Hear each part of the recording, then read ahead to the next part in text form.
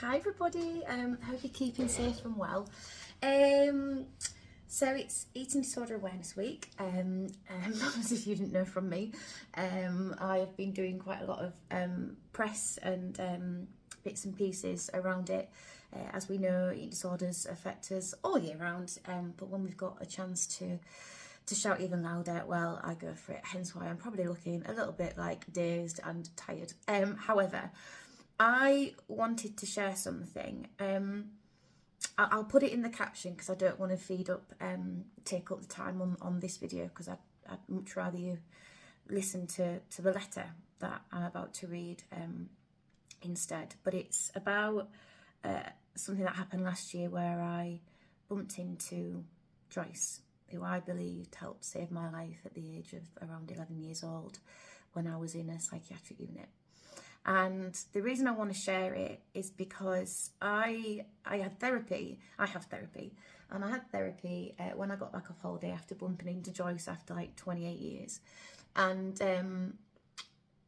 my therapist encouraged me to write a letter to my 11-year-old self when the incident happened.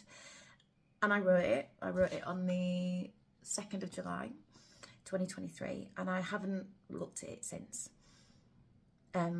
So I thought I'd read it now because it might raise awareness, it might help somebody, but it might also just get people to understand what it is like to struggle with an eating disorder. And yeah, I don't know, let's see, shall we? If I'm a bit rusty, it's because I literally have not looked at this since the 2nd of July. So here goes. A letter I wrote last year to my 10-year-old self. Dear Jem, I've been thinking about you a lot lately. Daily, in fact, pretty much every hour of the day. Okay, I'll be honest, I think about you every minute. I feel guilty that I haven't written sooner. I've been feeling really quite angry with myself, in all honesty, because you deserve better from me. You deserve better from so many. But the truth is, I haven't been able to write to you because there is so much I'd forgotten or blocked out. It was just too painful to remember what you went through.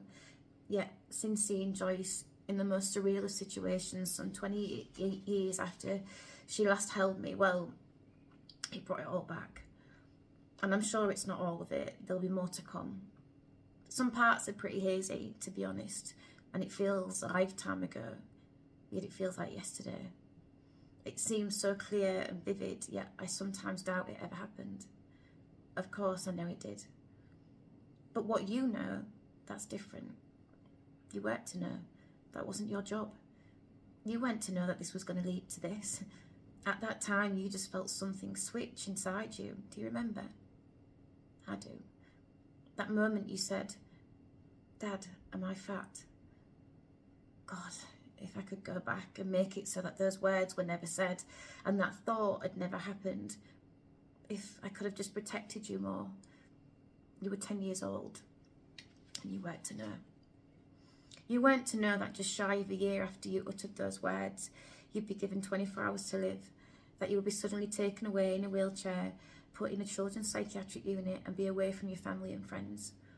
You weren't to know that unit was only going to make it worse. You weren't to know that you would be moved all around the country to different units, missing out on life for 13 years, trapped in these units, but even worse, trapped inside your own mind. You weren't to know that the system that was there to help you was only going to, at times, destroy you. You weren't to know that you'd go on to nearly die 4 more times. You weren't to know. You just had to fight to stay alive and trust that those whose care you were in would do just that, care. You weren't to know that wouldn't always be the case. Jen, you do know that this isn't your fault, don't you? Because if you feel it is, I'm begging you to hear me when I say you did not choose this life. Anorexia chose you. It, an eating disorder, preys on the vulnerable. It waits in the shadows of doubt and destruction. And as soon as it is shown the light, an opening for its darkness to fill, it will infiltrate not just your mind, but your whole being. When you first met it, it was a comfort, right? It told you it could take away the pain, didn't it?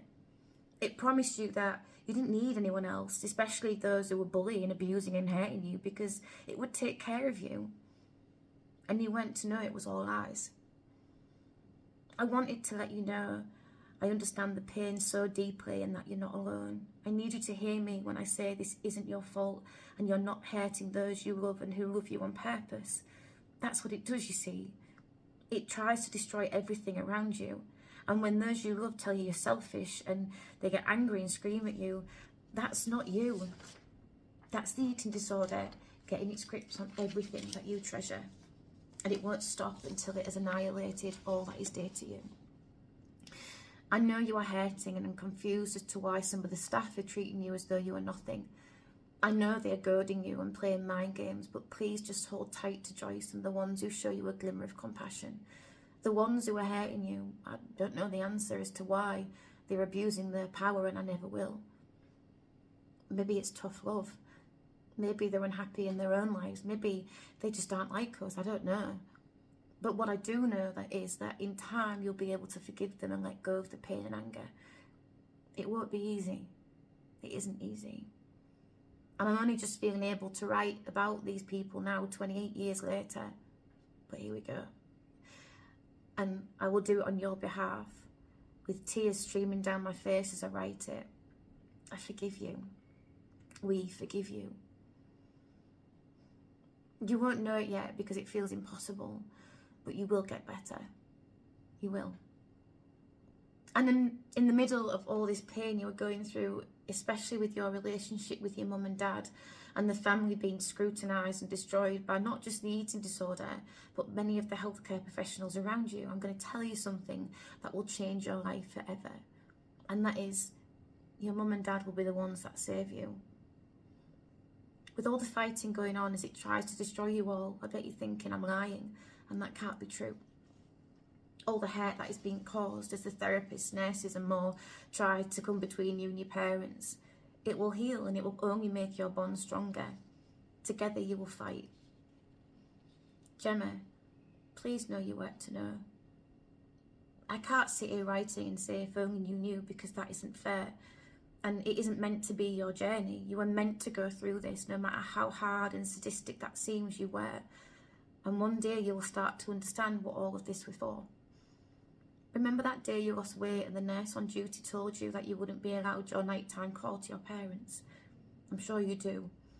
As I remember hearing the sobs, feeling the grief in your heart and the swelling pain that was stopping you from breathing. You were 11 years old.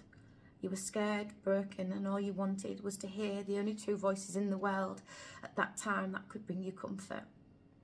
And do you remember Joyce sneaking you into the office that night so you could call your mum and dad to say goodnight and tell them you loved them? She did that to show you what human kindness and compassion can do. It can save lives. It helped save yours, and you will remember that moment all your life. In a few months' time, your mum and dad will discharge you from that godforsaken place. But sadly, there will be more of those places to come throughout your teens and adolescent years. I need you to not give up though, Gem, because remember what I told you, you will get better. And 28 years after leaving that first unit, you'll bump into Joyce again on holiday in Mallorca. And in a complete act of the power of the universe, you will finally get to thank her for all she did for you.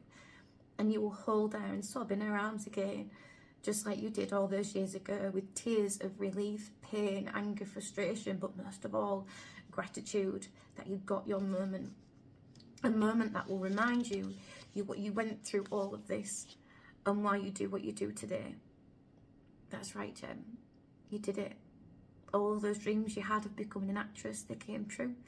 And alongside that, you know what that has helped you do? Share your story and inspire others to never give up. It has enabled you to use your voice for good. And you won't believe me when I write this, but remember that charity your mum and dad set up? Seed Eating Disorder Support Services. Okay, I know you do, but because you were incandescent with rage when your mum first told you she was doing it, well, you one day will be running it yourself. Madness, eh? But true. How do I know all of this? Gem. It's me, Gem. You are now 39 years old, and I am writing this to you aged 10 years old. Finally. I'm sorry we had to go through all of this. I'm sorry we still have to go through all of this. is a constant journey, but it will be worth it, trust me. You weren't to know. Neither of us were meant to know. This isn't your fault. It's okay to cry. You must. Those tears aren't for nothing. They will one day fill your river, the river that leads to your life. Sink or swim, you're not alone. And one day you will grow flowers where dirt used to be. You will heal, you will blossom, and you will not just survive, because one day you will thrive, and you will help others do the same. And I know it doesn't feel it right now, but know this, you really do matter. Love always.